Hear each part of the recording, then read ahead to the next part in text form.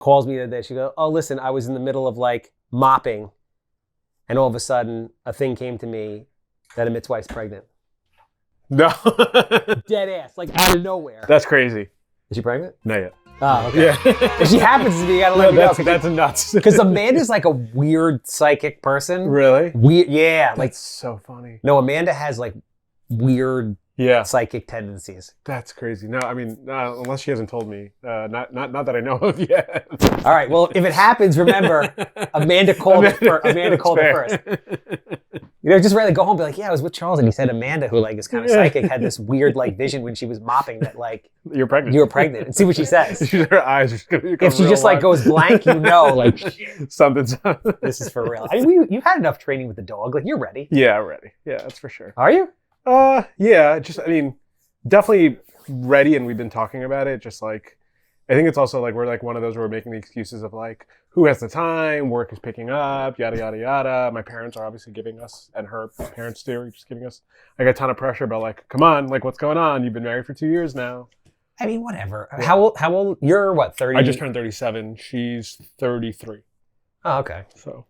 That's just, people just do that. Yeah. Like they just put pressure because like, oh, it's like, let me put, and you'll have one kid be like, when's the next kid coming? Yeah. And then it's like, when's this coming? And when's that coming? It's like, yo, just let me fucking be happy and live my life. I know. Yeah. And we're going to my brother's wedding, right? So then I know we're just going to get a question like, all right, now, you know, like what's going on from everybody. But it's also like my mom had me when she was 21 and Bree's mom had her when she was like 24. So they're both like, it's not really the same. What's going on? Yeah, exactly.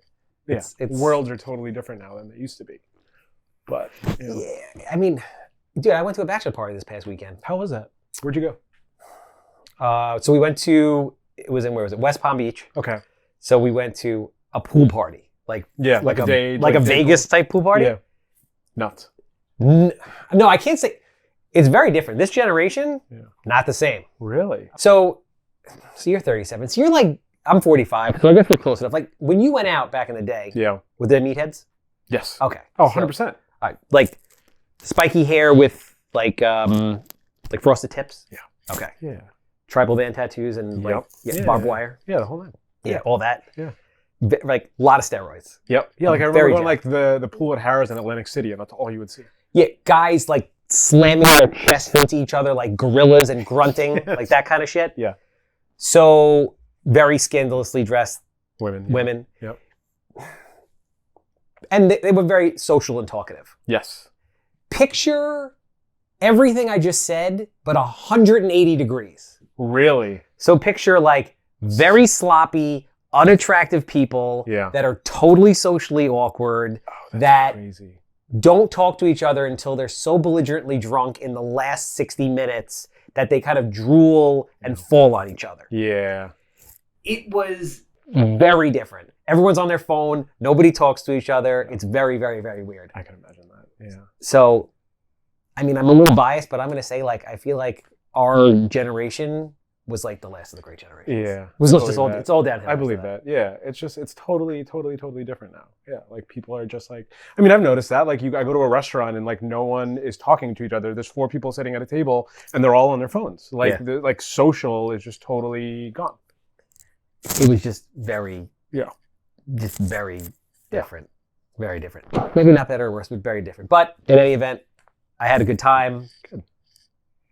But I was like, you know what? I remembered. I was like, you know how you have those moments you're like, you know, I wish I was younger and I was out and partying. Not anymore. And then you go there and you're like, no, I don't miss this. I don't miss this at all. Yeah. But it was cool. It was interesting. So yeah. So we never did this before, did we? No, we never did. I've been trying to get you to do this for years. Yes. You were in your shell. I was. You were coming up with constant bullshit excuses of why you couldn't do it. Yeah. Yeah. And you've always been like pushing me to do it. But now you're out. Now I'm out. But which is a great segue, right? Because I feel like you're out in like every aspect of your life. Yes. Been like I've seen like the metamorphosis. You have. Yeah, it's been like front and center to it actually. Over the last couple of years. Yeah. Which is very cool. So just like brief, you could do into that camera. Okay. Explain to people kind of like who you are, what you do. Sure. And what's going on today? My name is Amit Gera. I am a real estate investor / builder /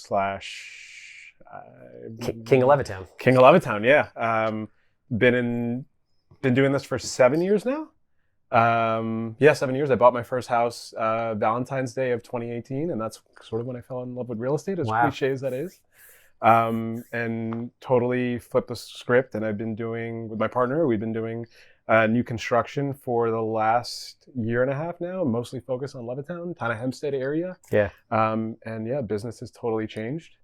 I've gotten into content even after you've been telling me for years to do content and get into it, and here we are. And What was the, we never actually talked about it. What was the holdup on that?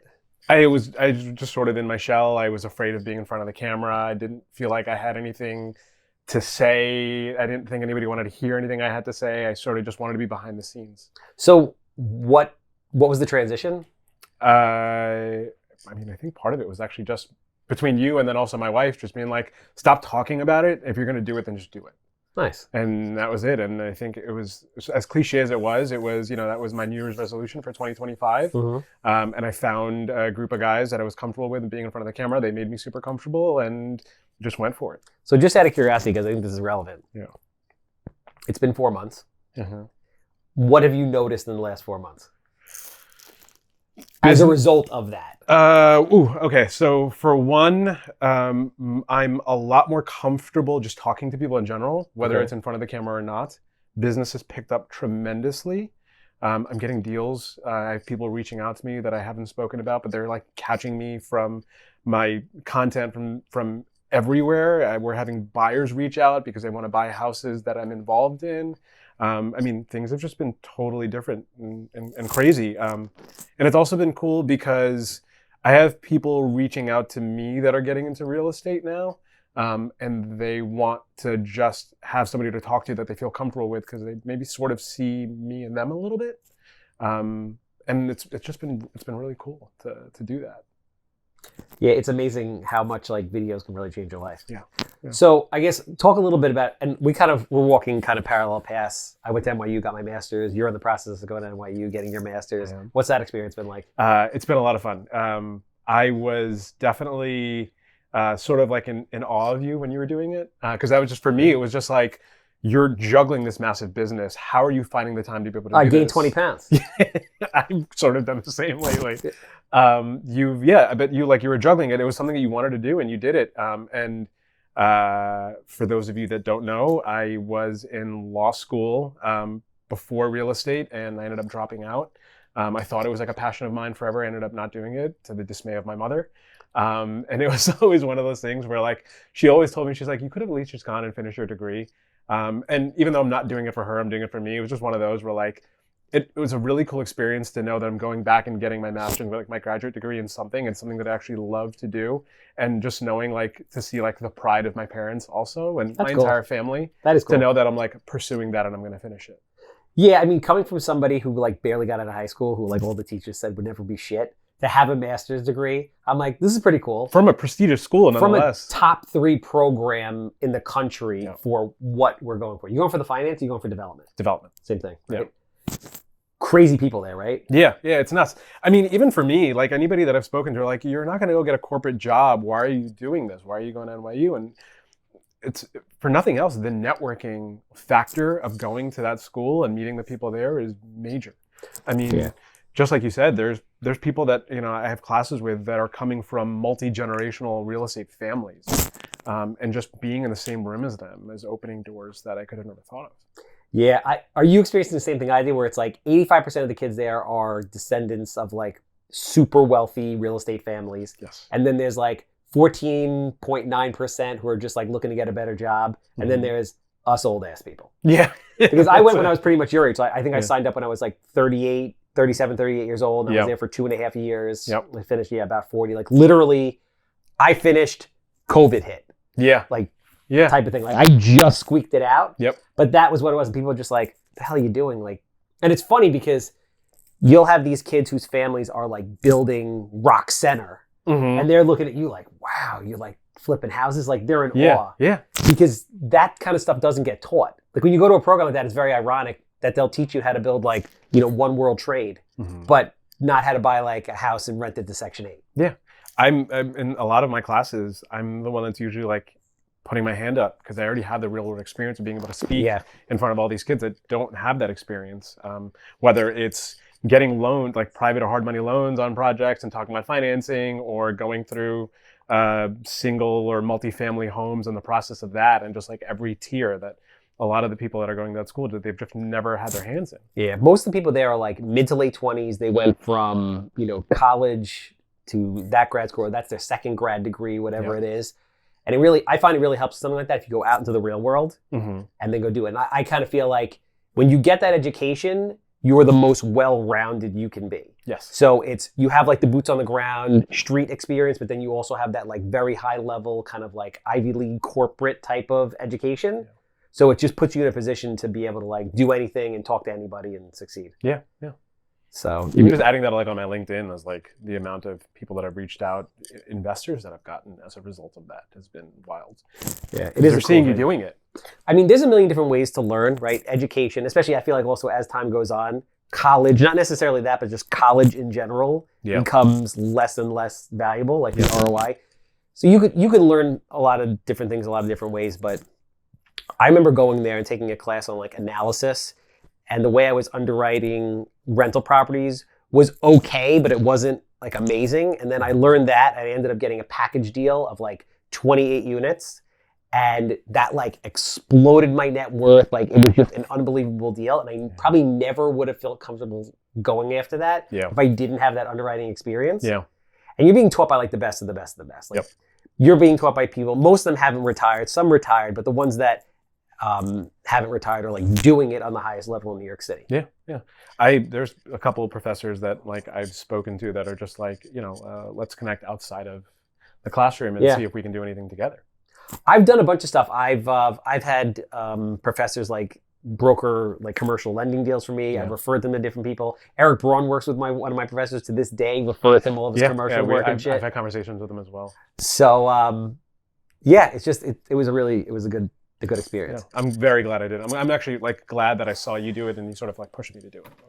So you tested out kind of a bunch of different models until you finally, I guess, kind of settled in within the last, probably very recently. Yeah.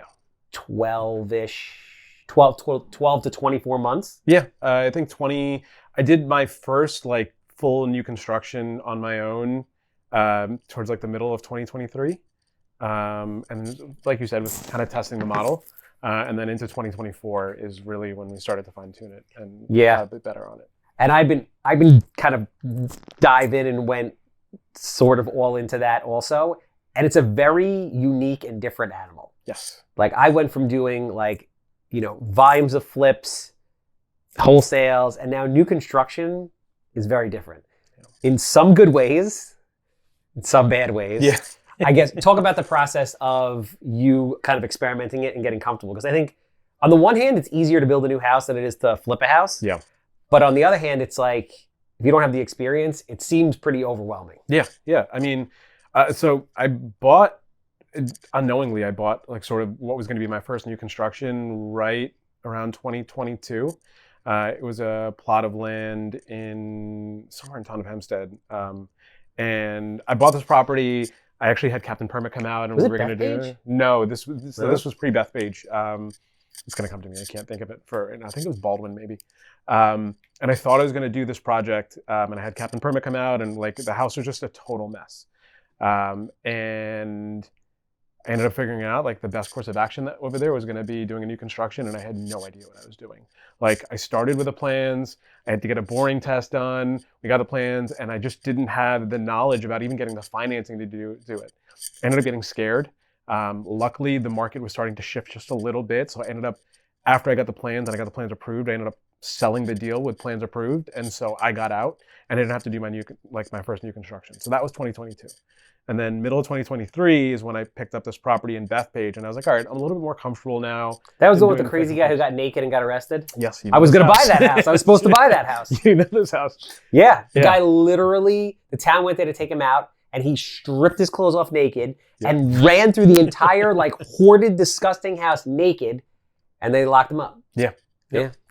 I mean, that project was a nightmare. Because when I bought it, the that existing house was already demolished. I called this. I told you about this. You did. I'm like, they buried the foundation in the ground. I guarantee you the foundation they did. is still in the goddamn ground. Yeah, and I mean, and you helped me out a ton, right? Because you gave me a lot of the contractors that you work with, a lot who I still work with, and they helped me out and kind of guided me through it.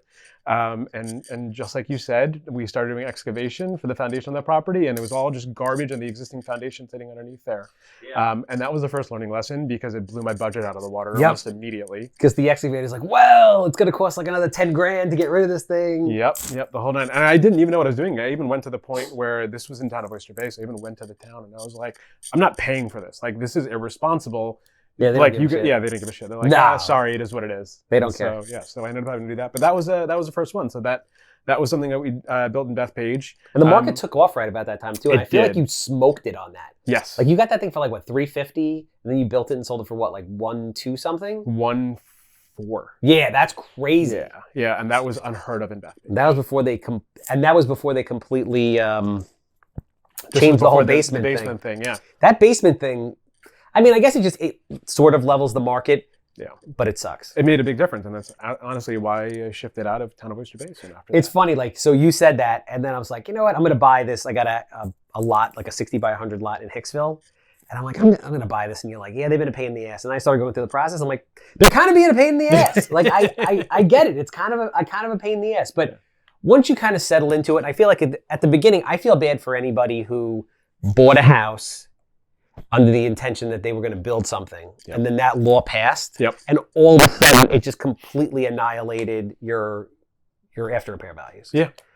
But now I feel like the market is kind of leveled out a little bit. You're not seeing the crazy numbers anymore. No, you're not. It definitely has leveled out. I mean, Levittown is on fire. I'm doing two in Levittown. Yeah, and just like you said, it's because that code change, right? Like people, it was what Hicksville and Bethpage and Plainview were. I mean, not to say that they're not still, houses are still selling there, but not the same volume that they used to be. It's just a different number. Yeah, everyone shifted to Levittown. And it's interesting to see how, so this one in Hicksville, because now I'm trying to figure out, like, I don't own a house that I live in, right? Yeah. I have like designers and architects. I don't pretend to have universally accepted taste. As a matter of fact, I don't. You're really good at that. Like you and your wife are a great combination and you do amazing. The rest of us have to pay many thousands of dollars for designers. But now I'm trying to figure out, like, what is it that people want on the new construction? And it's not freaking easy. Like the stuff you think that they want, they don't. And then you do all this shit and then they find the one thing that you're like, really? Yeah. You know, lately what I've been getting is, oh, there's no den. You're like, yeah, when was the last time you sat in a den? What do you mean? You need a room to put furniture to cover with plastic that you're never going to sit in? Yeah, and that's the difference? Yeah. But we got a basement with 9-foot ceilings, tiled floor, and an outside entrance, and you don't give a shit about that? Doesn't matter. But if I didn't have that, you'd bitch about the goddamn basement? I just built and sold that house in Salisbury, and I used to get a lot of pushback that we weren't putting enough closets or storage in houses. Crazy. This house, I overdid it on the amount of, maybe overdid it on the amount of closets, and I was getting pushback that we did too many closets. You can't win. So this is good for me, because I'm like on an island in a box in my office back there, just frustrated. Yeah. And then when I see you or I see like other people that are building, like I see George from ESG building, I'm like, these guys seem to like not have any freaking problems here. So it's good to see that you have problems too. Yeah, I mean, you can't make everybody happy, right? Like open concept is still a wanted thing, but now we're starting to get some feedback from people that are like, no, we want the partition spaces again. Yes. You know, we don't want I've been getting that flush joists anymore. We want to kind of drop down. We want the defined space. We want to know that there's a difference between a living room and the dining room and you can't cater to everybody's taste. And that's one of the things that we've started to notice, which is also part of the reason why, even though we're building spec homes, try to put it into contract pre-construction, because if I'm going to have a buyer and they're going to want to make some changes, let them do it while we're still in a space to be able to do it. Like, I don't want to be sheetrocked and then now I've got somebody that's like, I want framing changes, because I'm just not doing it. It's not, unless you're throwing some insane number at me where it's worth the time and effort to change the plans and move backwards a little bit. It's just not worth it. So let's try to put the house into contract where some of these buyers can customize the home the way they want. So what are you seeing, and I don't know if it's like town specific or whatever, what are you seeing that buyers are really looking for or that they value? Because I've been playing around with a bunch of stuff that I thought that they would value and they really don't. Like, for example, I thought they would value like 9-foot basement ceilings. Right. They don't really seem to give a shit about that. No, they don't. I thought that they would value like 9-foot ceilings on the first floor. I don't really think they give a shit about that either. Yeah. It's always been like the wow factor. I think that's one of the things that we've been noticing in the houses that we've been building is like the immediate entrance when you come in, like a huge foyer. I mean, it's sort of one of those things where like you want the entire experience, at least the way that I've been building houses. So what do you consider to be the entire experience?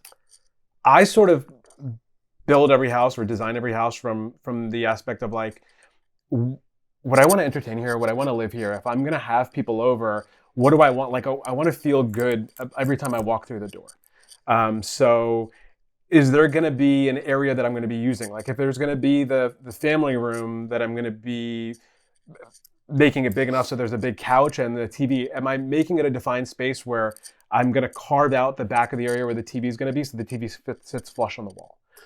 Am I going to carve out the area, let's say, where like there's enough space for the bar stools to sit, where like, so you've got an eat-in sort of kitchen at the countertops. Like people just want useful space at the end of the day. So focusing a lot of like the daily useful space that like people are really going to appreciate, whether it's just the family that's there or if they're going to have people over, that it's sort of just constantly useful space.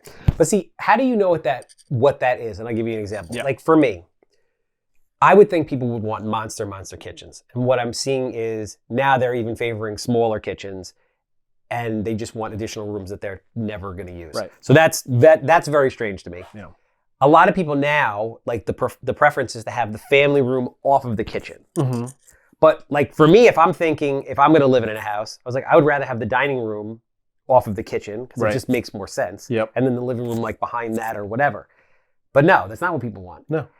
And it's like, I kind of feel like people don't even know what the hell they want. And then sometimes I feel like they want something just because other people have it and it doesn't make any goddamn sense. Yeah. So this is the thing that I struggle with Yeah. in new construction. And like, I guess my question for you is on this den thing, because I'm on the den kick lately. How important is the den or is it not?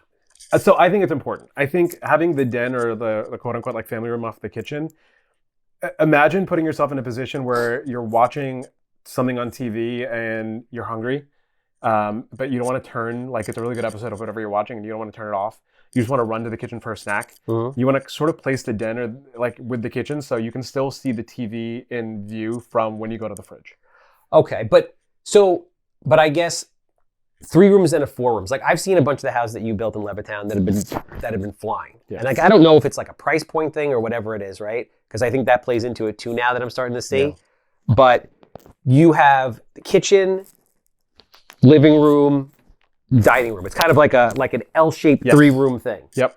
Are you getting pushback that they want the 4th room? That's what I'm saying. So like, oh, I got you. That's what I'm talking about. Kitchen, family room, dining room, den. Occasionally. I was building a house in Hicksville 2 years ago, and we were getting pushback that there wasn't a big enough den. But again, you can't make everybody happy. Now it's more just so like it's a useful space. So they'd much rather have the kitchen, the living room, and the dining room.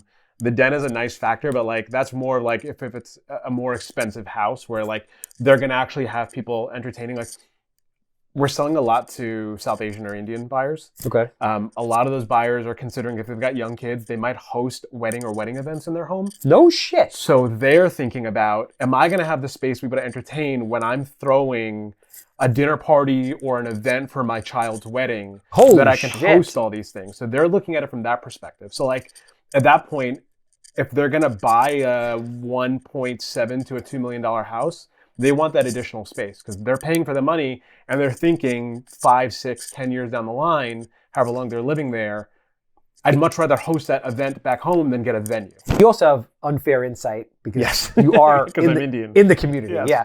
So is 1.7 that line? Right now it is, yeah. Oh, that's interesting. Yeah. Yeah, but anything under that, different ballgame. I feel like it's kind of like I have people hitting me up, like I put out a list of like 15, 16 new builds that we're building. People are like, oh, tons of buyers. I'm like, great, what's their price point? And they're like, 1, 2, 1, 3. No, 1, 1, 1, 2. I was like, bro, you can't buy a new house. Right. And then like people are 1, 3. I think 1, 4 to 1, 5 or 1, 4 to 1, 6 buyers. Mm-hmm. And then like you said, once you hit like 1, 6, 9, 9, like the 1, 7. Yeah. And then they want everything. Yes. Yeah. It's also you've got to know what kind of buyers. Again, it's South Asian, right? Like you've got to know what buyers that are coming out. Like there's a house that we're doing in Wantagh, and we already have buyers in place for the house. And for that specific buyer, they wanted a room. They wanted that fourth room because the husband is a piano player, and he wanted a room for the piano. Are they Indian? No, so they're not. But like it was like right at that price point where we started to notice the trend of wanting that fourth room, and it was specific for this buyer where they wanted that quote unquote piano room over there.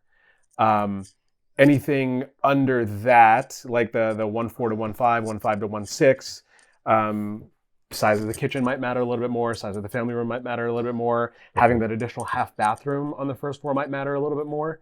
So once you break 1.7. Yes. Got it. Yeah. Okay. No, that makes sense. And then square footage is at that point, you're probably at like 4,000 square feet. Yes. Yeah. Yeah. It's, and kind of like blanket statement that may or may not be true, but this is just what I'm noticing.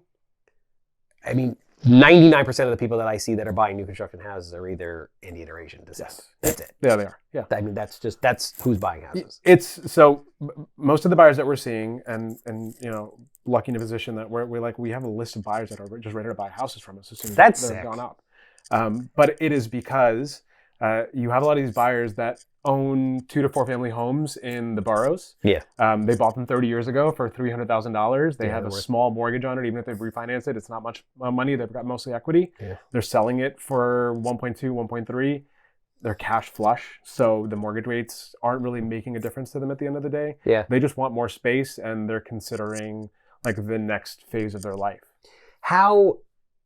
So do you feel like, do you have to be more patient with new construction than with, because I'm used to like, hey, got a house in Bayshore, $599. Right. I list that thing. There's 37 people at the open house. We have 16 offers. We accept all 16. 15 of them end up disappearing because that's just what happens. Yeah. And we sell the house in a weekend. Right. But the new construction thing, I guess at the end of the day, I have my opinion. I'm not going to say it. I want to know what yours is. Sure. But is it a different game in the sense that you have to be more patient, or is it really come down to like it has to be appropriately priced? It's a combination. And are they super price sensitive? Not super price sensitive. Okay. Definitely not super price sensitive. We're gonna have our price, they're gonna have their price. So it's just coming to the negotiation, seeing like if they can see the value in what we're giving them at the price point, whether it be doing a couple of upgrades, at our cost instead of going back and forth on the negotiating table. You're always selling now before you're done. Yeah. And are they going before you finished? Yes. All the time? Yeah. You're never listing these things. It's rare. What point do you list them? Is it you're framing up and siding and stuff? Like when do you list them? Yeah. So I want to wait until framing is done, but pre-installation. So if they've got any small changes on like the roughing side, like let's say if on any of the toilets they want to add an outlet behind the toilet so they can do the heated bidet. Yeah. Right. Yeah. Like wait, you're full blown listing these on MLS at that point. Yes. Okay. Yeah. Got it. Or if we're finishing up a house and we're going to be using around the same plans, we use that as a spec home for the buyers. And even if that house is already, under contract, we'll use that as a spec home for the buyers to come through so they can kind of move stuff around. And it's really, really beneficial because they get the chance to actually walk through a house and point out what they like and what they don't like. And then we can sort of build the next home or design the rest of the next home to their taste. Yeah, no, that makes sense. That's interesting. Because I always go back and forth. On the one hand, I'm like, we're doing too much. I don't want to deal with these fucking people. It's difficult. Don't get me wrong. I mean, can I do this? Can I do this? Yeah. They change their fucking mind. I thought the color would look differently. Yeah. I mean, like it's designing, right? So it's people don't really know what they want, as we said before. So, and they'll go like when you go to if you tell them, you got to pick tile, and they're going to go to floor and decor, they're so overwhelmed. They don't know where to begin. And it's just information overload. So my job at that point, or my wife's job, comes into let's help them navigate that sort of situation. Oh Jesus, you're doing that? You're doing that? Yeah. Like your wife is going to go out and like meet them at floor and decor and like walk them through and say, well, this is really nice. Holy shit, you guys have a lot of patience. We'll be like, this is your budget allocation. Anything above this, you're gonna have to pay the difference. But I think we can help you find something that you want like within this price point. And if nothing else, they just feel like they're being taken care of, and that goes a very long way. Well, they feel like they're getting a custom home. Right. Yeah. It's the difference, and you and I have had this conversation because, as you know, I like going out to like nice restaurants or having like the experience. it's the same thing with selling a house for some people, right? Like you want them to have the nice experience throughout it. Like you want to hold their hand. They want to feel like that too. They want to remember the entire experience, because when it gets to the closing table of dealing with getting a mortgage, making multiple offers on homes and losing out, like they just want one aspect of that home purchase to be pleasant. So let's do that for them. The interesting thing is going to come with, how does that scale? It's difficult. It's certainly difficult, right? Like, because if you give people an opportunity to like just look at everything, they'll never know what they want, right? And like if you try to do that at scale, I'm gonna pull my hair out, and so is my wife. Well, that's the thing. You're at, like, I would argue you're probably at the ceiling of just your amount of time and what you can put into it. Like you're maxed out. Yeah. So the next point becomes, which is what I've been dealing with for a while, but are really dealing with now, is it becomes a totally different game. It becomes a game of people, of people and processes. Yeah. Which is a pain in the ass. Yeah. And I'm having difficulty with that. It is very, very hard, because you're trying to build like whatever, 10, 12, 15 houses a year, find them, fund them, do the design, hold these people's hand. And now what, you're trying to build like processes that you can replace yourself with?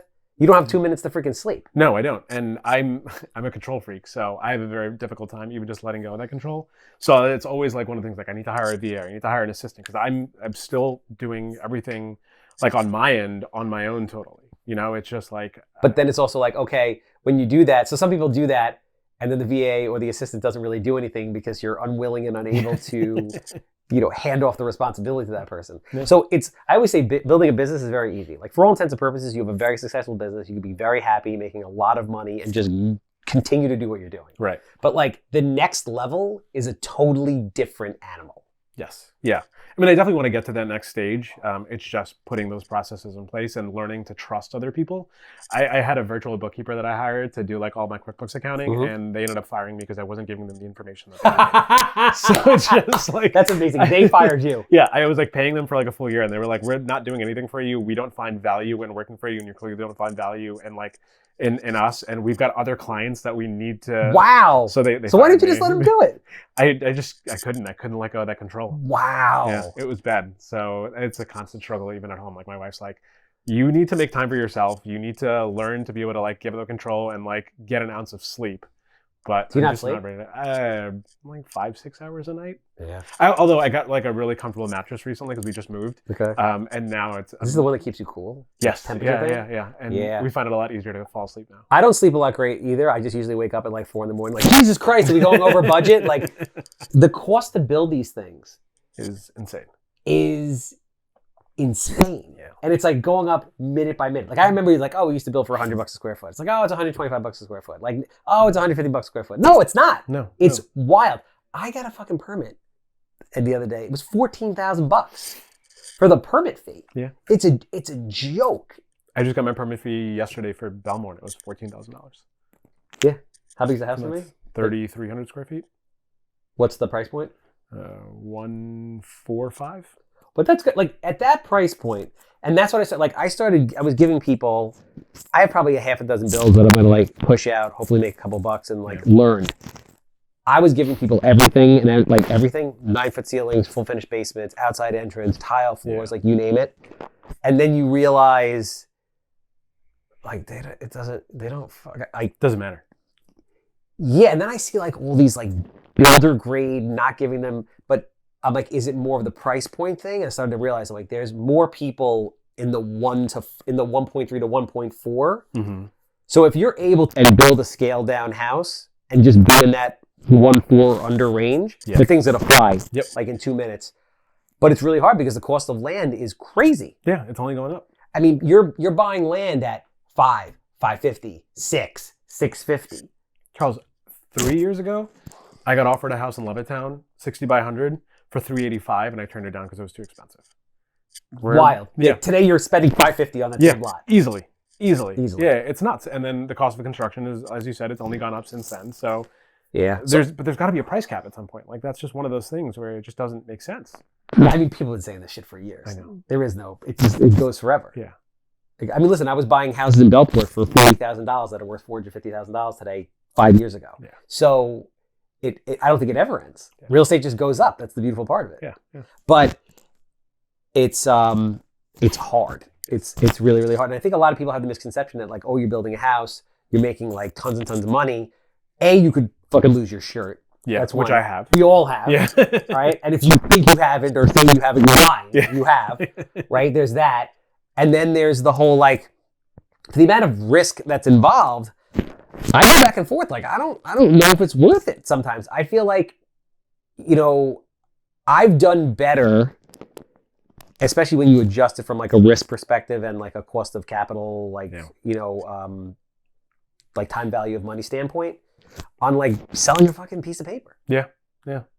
We've been doing that a bunch now too. It just, the amount of deal flow that I've been getting in the last 4 months has been insane, and I can't take everything down. So, but if I get it at the right price and I can just, like you said, wholesale it, just sell a piece of paper, then, and there's still enough meat or margin for the investor that's buying it, then that's worth it too. Yeah. At the end of the day, I think it develops into like, you need a mixed bag of business. Yes. So it's like, we're selling a ton of paper, we're taking stuff down and renovating it or just taking it back up the market. Yeah. And then we're building new houses. Cause like, if you want the volume, you kind of have to do it all. Yeah. But the new construction thing has been particularly challenging just because it's like the buyer pool is much smaller, and it's not that easy to figure out exactly what it is that these people want. Yeah. And I think the biggest issue is that I don't think they know what they want. No, not at all. The other thing that I've been starting to do is sort of, I guess, to control the market per se, is if there's a house that I know there's good meat, but I just can't take it down. There's just got too much on my plate. I've got a list of investors lined up that are wanting to get into the industry, and they trust me and my team and my partner enough that they'll just say, hey, help me. I'll put the money up, help me get the loan, and then you build it. When you're talking about control and scale and time, is that worth it? Maybe not, because the most successful people pass a lot. Right. Yeah. And listen, I'm with you. I struggle with those. I think anybody who's an entrepreneur struggles in it also. But I've been trying to drill that more into my mind over and over. It's like, yes, I'm leaving money on the table by not doing this, but I'm making more money by not doing that. Yeah. I think from my perspective, it's also, if I'm getting a deal from an agent and I can take it down and I know I'm going to be giving them the listing back, I just know that when I control the market in that perspective, I'm going to now continue to get more deal flow from that agent or that brokerage. Well, the other thing that you can do, because I had that methodology also, and then I realized something. At the end of the day, they would like to do the videos and they want to relist it, but really at the core of it is they want to make money. Oh yeah, of course. So if you can wholesale it and you can pay them their commission as if they would have relisted it, that's not a bad idea. You're still going to maintain the relationship. Yeah. So it's like, that's what I'm saying. Like they're getting, and they don't have to wait. So it's like, hey, you're selling me this house, you're going to give me a commission. I'm going to pay you 2% as if you sold this house for me 9 months down the road, but you're going to get it today. Yeah. You want to wait 9 months and we'll make some videos and have a good time and you'll sell it and you'll actually have to work. Right. Or I can give you the money now directly to you and you never have to freaking worry about it. Yeah. Which would you prefer? Of course. That's a good perspective. Yeah. So, I don't know. I had a mentor say that to me. He's like, yeah, you think that that's what they want. Like they just want to get paid. Man. Yeah, that's what everybody wants. They just want to get paid. So if you're going to pay them and they know like, hey, if I bring this to Charles, I'm getting paid, it's going to close, I'm going to look like a rock star. Yeah. Then that works. Yeah. I believe that. Yeah. So what do you think of, like, just kind of high level, what are the 3 most important things that a modern buyer is looking for? Let's do it in 2 price ranges, 1.3 to 1.5, 1.7 to 2 million. Okay. Put me on the spot. 1.3 to 1.5. They are looking for, and we're talking new construction. So they're looking for 4 to 5 bedrooms, 3 bathrooms. They don't care about a bathtub. That's actually one of the other things I've noticed. How important is the 5th bedroom? I've heard it's important. Yeah. I've been getting that. So the 5th bedroom is important if it's the bedroom on the first floor. Yes. Definitely, like without a doubt. Upstairs, it's a give or take, not a huge deal. We just like to give it if we've got the space. Are you putting a 5th bedroom on the first floor every time? Every time. Okay. Yeah, well worth it. Gotta have the 5th bedroom on the first floor. Yes.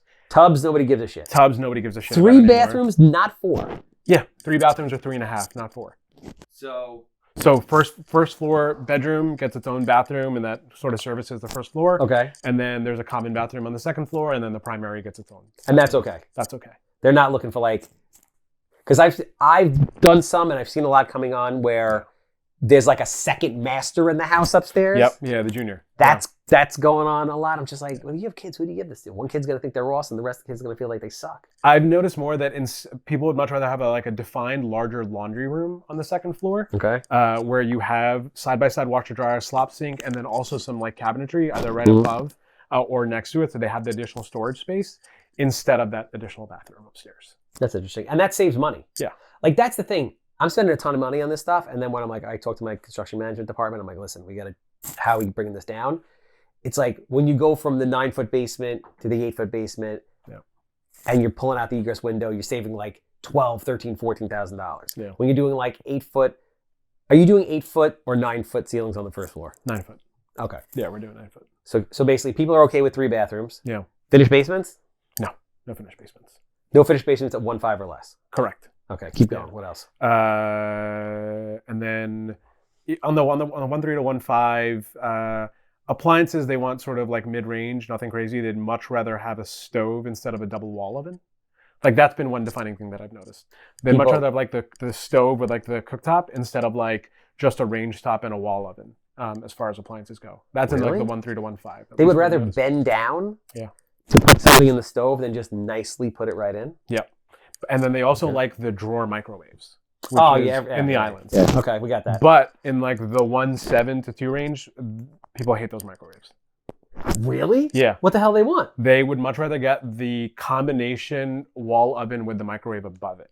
Because they want it to be eye level instead of having to bend down to get it, and then the range top. What the fuck?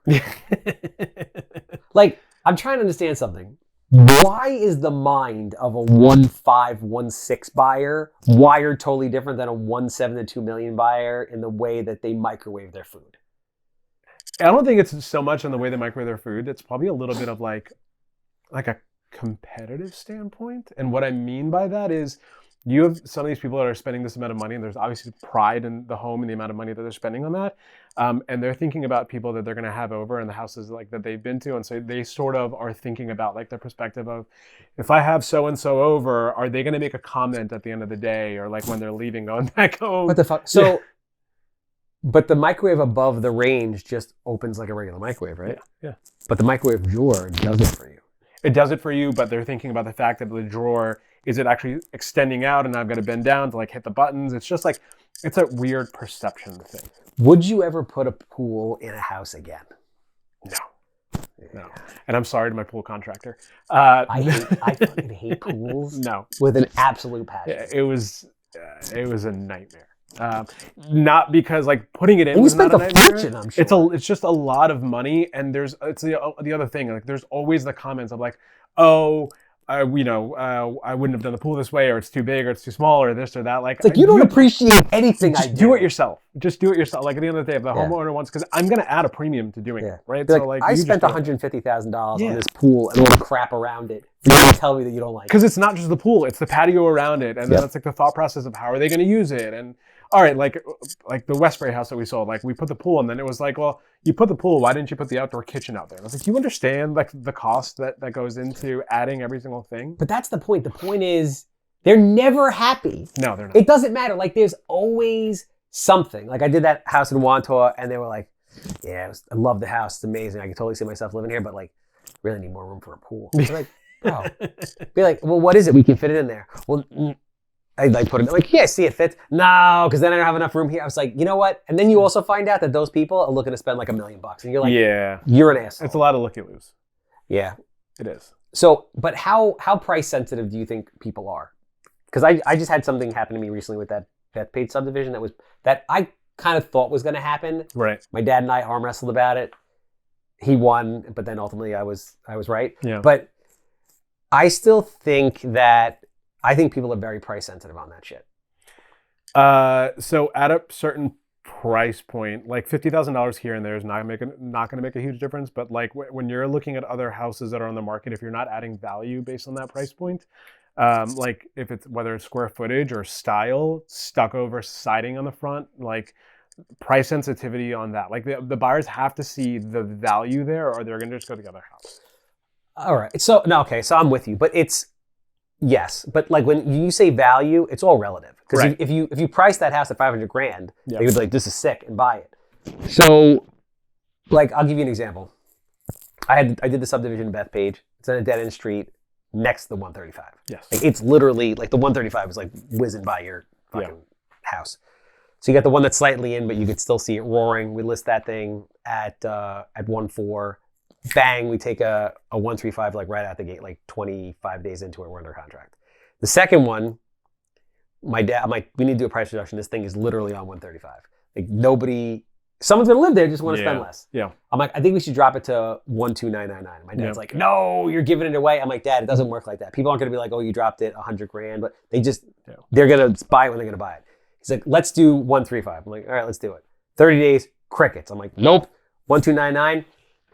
5 offers, full price, right out the gate, gone. Yeah. So it still seems like it'll sell fast, even at a crazy number, Right. if it's priced right. Right. Yeah. Yeah. No, that I agree with. You're 100% right on that. So like that one you did in Westbury with the pool, what was originally listed on that thing? 2.5. 2.5. 2.5. And you ended up selling it for 2.35. Okay. Yeah. So at that level, not that crazy, but it's a big drop. Yeah. It's a big It's a drop. Fucking pool. Yeah, it is. It's the fucking pool. But it took a while, right? Mm-hmm. So tell me about that, because we never actually talked about it, which is interesting. Because what I found is, which is annoying, you don't get a lot of people on any houses at any price point that are willing to like make what they consider to be a low offer. Like it's got to be within like a 5% margin of where it's listed, and it can't have like broke a particular psychological barrier point. So like, for example, this thing's listed at 135. Why aren't you offering me 1.3? Right. Well, because we listed at 1.299, but it's already, since it's over 1.3, you get people that aren't even looking at it because it's over that 1.3 mark. Yeah. So what was that process like of getting that person to even make an offer of a couple $100,000 less? So on that one in particular, we had a bunch of showings. I mean, it's a beautiful home. A lot of the showings where people just kind of wanted to see what was on the market. Why is this house in Salisbury listed for $2.5 million? But that's common over there. Yeah, and it is now. But like, what is this builder thinking? So we had a lot of people that were coming in and take a look. And I got a couple offers while we were still building it. And then I got a couple offers once we listed it, but they were unbelievably low. And I'm talking about like 2.1, 2.2. And I was like, I'm just not taking it. I literally told my wife at that point, I was like, if I'd much rather you and I just move into this house instead of me selling it for like $2.2 million. It just doesn't make sense. But then we started getting a couple of buyers that were actually moving into New York from a different state. And so they didn't really understand sort of like the value until they were looking at houses in Manhasset and Roslyn that were priced at the same price, and they were smaller, not as well designed, just not like, it was just a totally different home. And so then we would end up being the last home that they sort of saw, and it was a wow factor, and they fell in love with it. A particular buyer that we had that bought that house is actually moving from Indiana. So, I mean, like they saw a couple of houses, and this particular one, they just ended up falling in love with it, and they saw the value because they saw like 2 other houses, and it was a quote unquote builder grade for the same price on other houses and what we were giving them. But that being said, it was more so one of those where like, unless they know what's actually on the market and within that price point, they're not really going to understand what to be looking out for. And then when they sort of walk in, like that was one of those houses I didn't want to list pre-construction. I needed the house to be done so they could actually see what they're getting. Like the 2.122 offers that I was getting, it was, still while flooring was being put in and people thought they could get a deal. So is there a price point in which anything above that you feel like you shouldn't list it before it's done? Over 2 million, I would say. Okay. Yeah, over 2 million. Because I go back and forth, like I'm building that one on Henry in Wantua, and I'm like, it's like getting close to done. I'm like, should I just list it now? Yeah. I would wait. I would wait. Yeah. You're going to get your, like, if it's a well-designed house and there's thought put into it, I would wait on that one, just because for a house like that, you're going to get very specific buyers that are looking in that price point, and they know what they're looking out for, and they, just like any other buyers, really don't have vision until it's complete. That was always my thinking. I'm like, these people don't have any vision. They don't know how it's like, which brings me to another kind of interesting segue. And this is what I always thought this was stupid, but it's different when you're selling $500,000 houses. Staging. It's fucking expensive. I was like, this is a bunch of bullshit. How do you not know that your couch is supposed to go there? Do you think it matters? I didn't think it matters until we did Westbury. We ended up hiring a staging company that we weren't happy with. And so last minute, my wife and I decided, like, let's just fucking do the staging ourselves. And this, mind you, this was the night before the first open house. We rented a truck. This was like 6 o'clock. My wife and I rented a truck, and we went to 4 Home Goods on Long Island because they all closed at 11 o'clock, and just loaded the truck up with whatever we could find. Stayed up all night long. So you went and bought like $10,000 worth of furniture? $15,000 worth of furniture, and then just staged the house ourselves overnight. We were exhausted before the 11 a.m. open house. What did you do with the furniture when you're done? We opened up a staging company overnight, and as soon as that house went into contract, I was getting inquiries for people that saw the house and wanted me to stage. So now you're staging people's staging people. So now I'm getting inquiries where I was like, I don't have enough furniture to be able to stage the houses, so I've either got to expand this side of the business or just turn people down. You don't want to do that. No, I don't want to do that. Doesn't make any money. But staging, Not enough money. but like at that price point, they don't have the vision. Like the 1.315, like they know at the end of the day, but like, yeah, that like 1.7 to 2 million or above, people want to see defined spaces. They want to understand how they're going to put their furniture, where the TV is going to go, where the bar stools are going to go in the kitchen, what the bedroom layout is going to be, like all of those things. I never wanted to admit it, but yeah, I put that house on the market, and there was a lot of confusion because people were like, I don't know where my couch is going to go. I don't know how it fits in with the living room. And I'm like, dude, really? Yeah. So now I just staged it. We put the new pictures up, and now people are like, oh, we're getting a lot more action now. And I'm like, really? Really? You couldn't have figured out that the couch goes there. Yeah. Virtual staging is okay for some of those like lower tier price points. But if you're actually putting out like an over $2 million house, you need the physical staging there. Otherwise, people are. I think really over 1.5. Yeah. Yeah. Yeah. I mean, because look, 1.7, like that's a real number. Like 1.3, even anything between 1.3 and 1.4 on a new house, like that's a bullshit number. Yeah. Like, don't bust my balls, right? You're getting a brand new house for 1.3. Where's that gonna happen? But once you were like at like 1.5, 1.6, 1.7. You now have more options. Those people want it, which is why I'm surprised that you're getting away with the no finished basement thing. Wandsworth didn't have a finished basement? No. Wow. No finished basement. No finished basement. Damn. Yeah. Are people asking for it? No. They don't care. If anything, they're more concerned about like their tax bill being higher if there's a finished basement. So it's You think so? Yeah. It's more one of those things where they're like, we'll probably finish it later and we'll let you know if we want to hire you to do it. Really? That's interesting. And I mean, savings for us because like the permit fee is lower, right? So that's the permit fee is lower. You don't have to spend like $100,000 for finishing the goddamn basement. So you think they would rather not have a finished basement? Yeah, we'll lay out the basement in a way that we know that if somebody wants to do a finished basement. Are you doing the underground plumbing in there though? No. So, but we'll leave it in an area where it's very easy to be able to do that. Like all the main connections that are coming in an area that we know there's a straight shot to be able to do anything. So you think I should stop finishing basements? I think so. Unless the house is like $2 million plus. Yeah. I mean, like Westbury, I mean, $2.5 million house. I'm doing a finished basement, and I did I went balls to the wall there, right? Like I did the half bathroom down there. I did a dedicated audio video room because I had speakers in that house. We had cameras on the outside. I can't even imagine how much money you spent building. We did central vacuum in that house, so we had a room where the central vacuum thing was being. Did anybody give a shit about that? People didn't understand it until I actually pointed it out. Because it's very like 1980. Yeah, I mean. Comes back. Yeah, so I did one of those things where I went a step above because there's 2 types of central vacuum. There's the one where you have to carry around the hose, or there's the system where the hose actually pulls out. How much did you fucking spend? It was like an extra $300. Oh, okay. How much was the central vac? $2,600. Oh, that's. It doesn't break the bank at the end of the day, but like at that point, people are seeing the value, and then they're thinking about a $2.5 million house. They're probably not cleaning the house themselves. Right, so it really doesn't make a huge difference to them, but they like the idea of knowing that it's there. You know who the outlier is, though, who's doing all this shit and seems to be doing very well with it? George. George is killing it. He's got like 9-foot basements, full finished fucking basements, the whole 9, And he's like blowing it out like these crazy numbers. Yeah, I was listening to George's podcast on the way over here.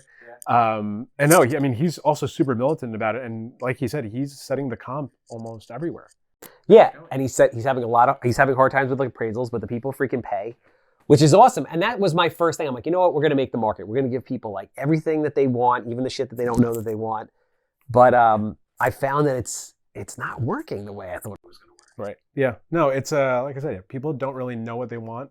But if you can give them like what they expect at a minimum at that price point, anything above and beyond, you're just adding to the experience for them. All right, this was good. This was good for me. So thank you. Listen, I'm very proud of you. Thank you. You've come a long way. It's very exciting. I love to see it. You've been a big help. I have to give you your roses. Thank you. I mean, listen, we do business together, yes, but like you're a great friend, and I love you, and I'm very, very happy to see all your success and seeing everything. And I was really excited to be a part of the wedding. That was super dope. Yeah, big Indian wedding. How was it? Amazing. You know what it is? It kind of like, it was good and it's bad that I went to yours first because like you kind of ruined it because nobody is most likely going to be able to compete with that. Yeah, it was. I went to an Indian wedding after that and I was just like, no. It was crazy. It was insane. It was a lot. I mean, we were exhausted by the end of it, but it was a lot of fun. I had a blast. Amanda still talks about it. It was a great weekend in the city. It was absolutely beautiful. And the cool thing was, because I've learned this at other Indian weddings, is like, since your wife's obviously not Indian, she shows up at time. Yes. Yes. Whereas typically I go to these weddings, I'm like, all right, cool, let's go. And I'm like, why is it 3 hours? And the bride's not here. We actually had a conversation. I'm like, is she doing a runner? Like, is this not going to happen? We had a conversation about sending her side of the family different invites than my side of the family. So like the timings were different. Some people actually showed up at the same time because Indian Standard Time is actually a very real thing. Yeah. I told Amanda, I was like, she's not here in 15 minutes, I'm out of here. Like, this is crazy. I'm like, it's been 3 hours. I'm like, people are visually, I'm like, the groom appears to be visually pissed. Yeah. As long as like one of the things that we did was knowing that people were going to be late or showing up at all times, we just kept the food open all the time. So like we placate people by that, but just keeping them fed. Yeah. It goes a long way. But I mean, you basically ruined all Indian weddings for me. I apologize. But yeah, it was well worth it. So listen, super excited. Thank you so much for coming down. Thank you for having me. Love to see everything you're doing. Anybody looking to obviously buy a new construction house in Nassau County, but specifically, especially Levittown, because I feel like you own half of it, or agents looking to do deals, how do they get a hold of you? Reach out to me on my socials. Across all of them, it's at Amit X Gera, AMIT X GERA. Reach out. Even if you want to chat about real estate, I'm happy. Done. Cool.